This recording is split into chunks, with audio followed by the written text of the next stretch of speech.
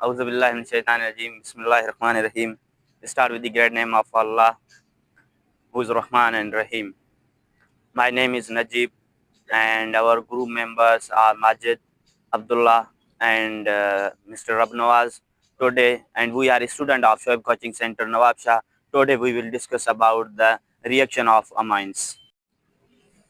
Now I have a question. What happens if methylamine reacts with methyl iodide? This reactions form dimethylamine and hydrogen iodide byproduct. What happens if primary amine react with alkyl halide? When primary amine reacts with alkyl halide, it forms primary amine, secondary amine, and furthermore reaction can form tertiary.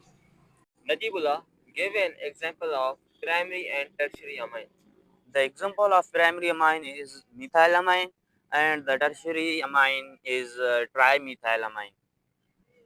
What happens if dimethylamine reacts with methyl iodide? These reactions form trimethylamine and the hydrogen iodide is a byproduct and the further alkylation form uh, quaternary ammonium salt. Now, what happens if primary amine reacts with acyl chloride?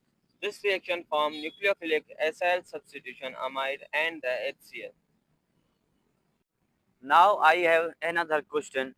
What happens if primary amine react with carboxylic acid? It forms amide and water. What happens if we primary amine react with aldehyde? It forms an amine plus water. When amine react with the chloroform and the It form isocyanide. Rabnawaz, what happens when amine react with an acid? It forms ammonium salt. Majid gave an example of secondary amine. Dimethylamine. Rajib, what is functional group of amine? The functional group of amine is amino group mean NH2 is group of amine. What happens if amine react with nitrous acid at low temperature? It gives diazonium salt.